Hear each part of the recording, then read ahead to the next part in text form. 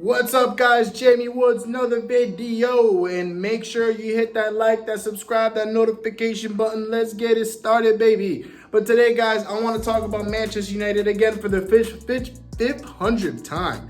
For the 500th time, I will be talking about Manchester United, guys. And I know some of y'all are probably sick of me talking about Manchester United, but I don't give a fuck. I'm going to talk about whatever the fuck I want to talk about. And I hope you guys enjoy this video if you are a Manchester United fanatic. Because, guys, today I will explain why Manchester United has a shot at shocking the Prem League this season and winning the damn thing for the first time since Alex Ferguson retired back in 2013. And I will explain to you why I think it's a realistic possibility.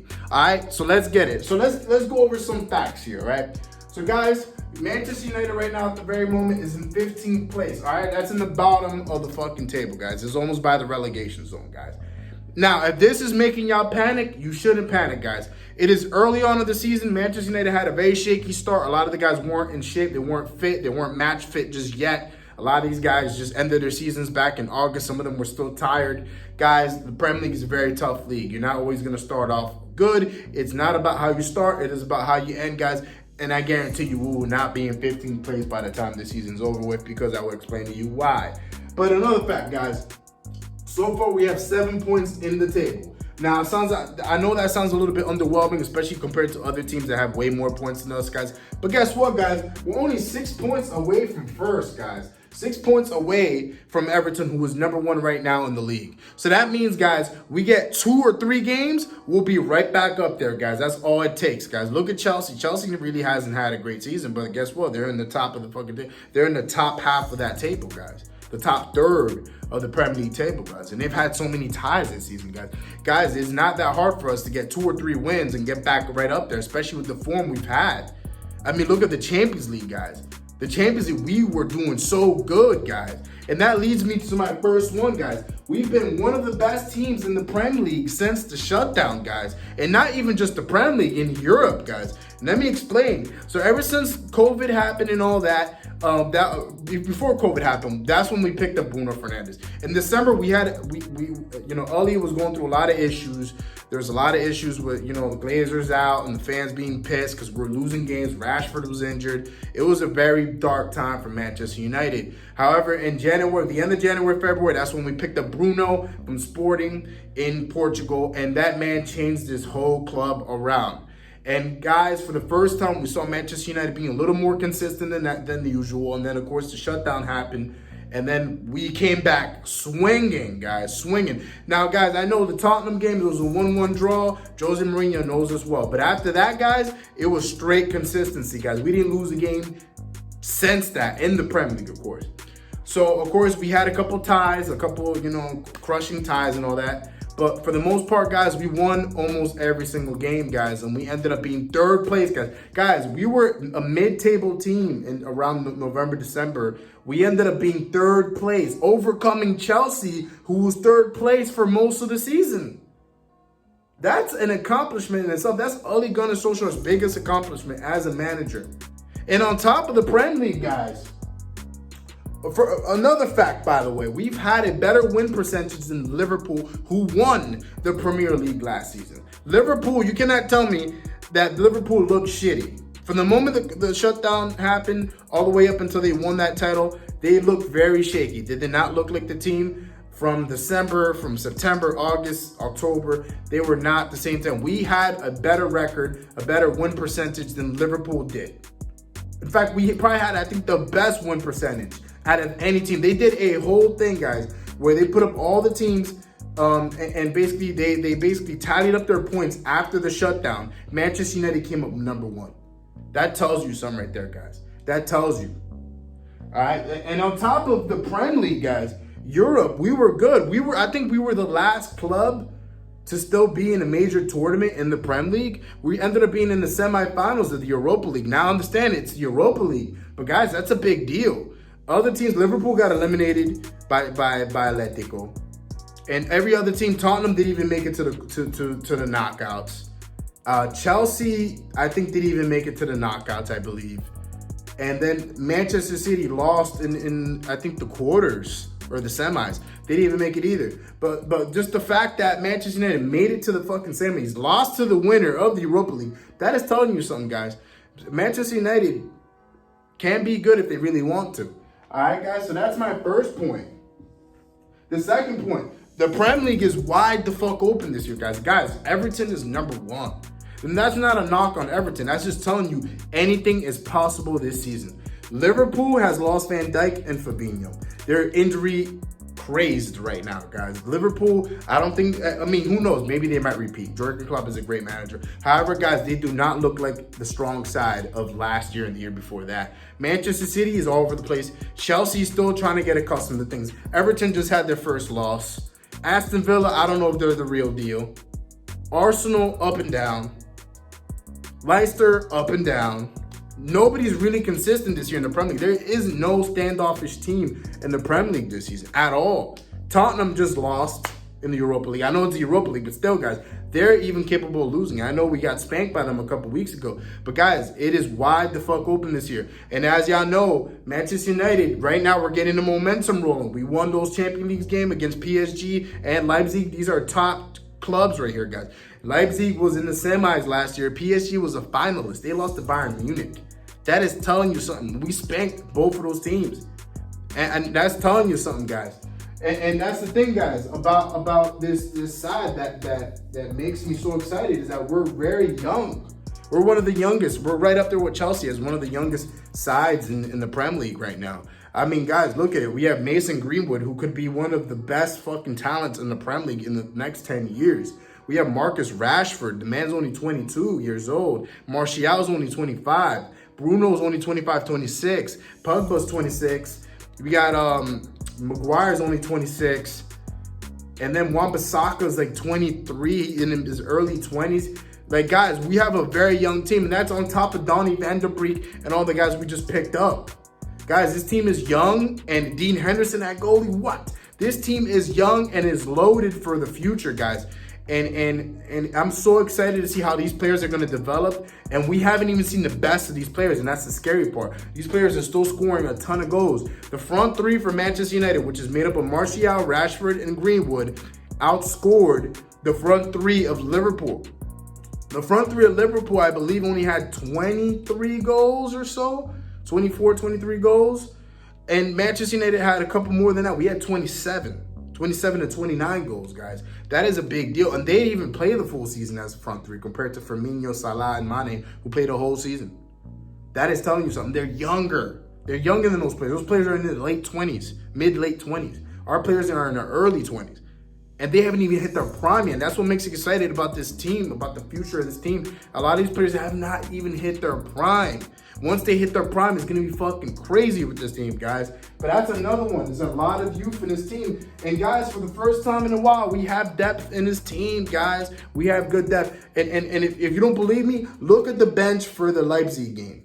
We had Cavani. We had who else? We had Rashford in the bench. Bruno on the bench. Like, what? Those are starters for any team, guys. The fact we bench those guys and still we're up 1-0 with those guys bench is telling you something. Donny van der Beek provides us with a lot of depth. Cavani, a lot of depth. A lot better than Igalo. Donny van der Beek is a lot better than having a Lingard or a Mata or anyone out there in the midfield. Look at Luke Shaw. Luke Shaw is busting his ass now because he knows, hey, if I fuck up, I got Tellers down my neck.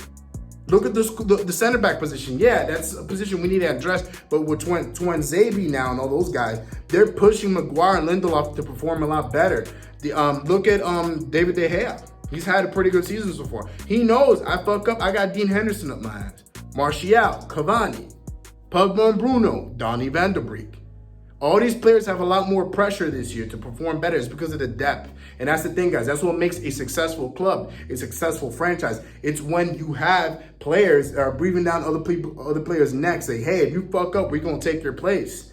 And that's what's happening this year at Manchester United. I'm so excited because it makes us more competitive within each other, which means we're going to perform at another different level. And we saw that with Leipzig. We saw that with PSG. We saw that with Newcastle. Players are stepping up to the plate because there's competition finally in this team for the first time since Sir Alex Ferguson.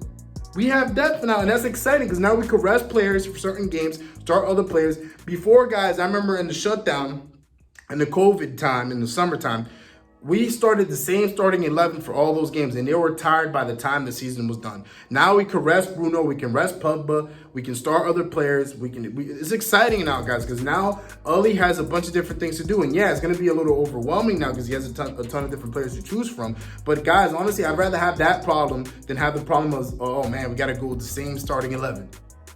The same guys. They're not going to work hard because they know that there's no one else that's better than them. So they're going to keep putting up piss poor performances because they know their job is not on the line. Now Luke Shaw, David De Gea, all these guys know their jobs are on the line. So they're going to bust their ass, which means we're going to get a higher level of play. So the depth is very important. That's the reason why I think Manchester United could do big things this season. All right, and lastly, guys, Ole Gunnar Solskjaer. Now, this man has received so much disrespect since he's been in this club in the last year and a half or two or so. But guys, let me tell you something. I believe in this man. Ole in.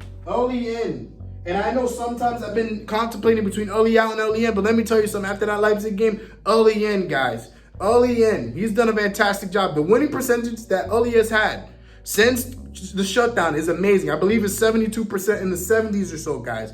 I'm going to try to get those facts up for y'all. But guys, Ole has done a fantastic job of what he's done, guys. And you know he's done a fantastic job because look at the way Manchester United when he first got in when Jose left. Look at our bench. We had Lingard, Mata, Pereira, a bunch of these deadwood players. Now look at them. We have Cavani. We have Donny van der Beek. All these players. We ended up being in third place with the team we had last season, guys. In the big showdowns, in the big games, Ole is unstoppable. Yes, he's lost a couple of them. For the most part, guys, he's won most of those games. When it comes to the main event fucking games, the big Champions League games, the ones that all eyes are on us, the lights are the brightest and all that, Ole Gunnar Solskjaer shows up, and he's done it over and over and over and over. His records against Jose Mourinho, Pochettino, all the big-time coaches, Pep Guardiola. Well, he's embarrassed Pep several times, guys. One of the best coaches in the history of the fucking sport. PSG embarrassed him twice.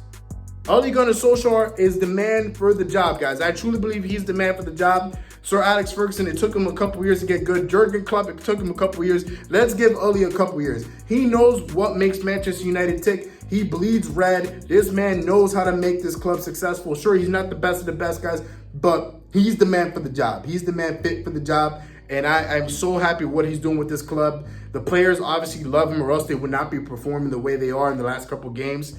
And guys, we've got the toughest games out the way. I mean, we got Arsenal this weekend, but we got PSG out the way. We got Leipzig out the way. All those tough games out the way. Chelsea. Now we just got to win a couple more games. We're out of that death row group of games. And then we have all the easy teams. And this is what I'm saying. I think if we get through these next couple games, guys, and we get some points out of them, we're going to be dealing with all these little small teams that we could whoop with the team that we have. And then, which means we can rise up in the table. Right now, guys, we're only 6 points. 6 points from first place, guys. We win 2 games, we're up there. We win 3, up there. 4, 5, which is possible with the way this team was playing in the summer. Remember, guys, we were consistently winning in tied games. I don't think we lost not one game in that whole span of games that we had, guys. And yeah, those ties did feel like losses, but there was still a point, guys. The Chelsea game was still a point. Here's the thing, guys. Ever since the transfer window has closed, we've been improving. The players are getting more comfortable now. They're getting more confident. They love Ole.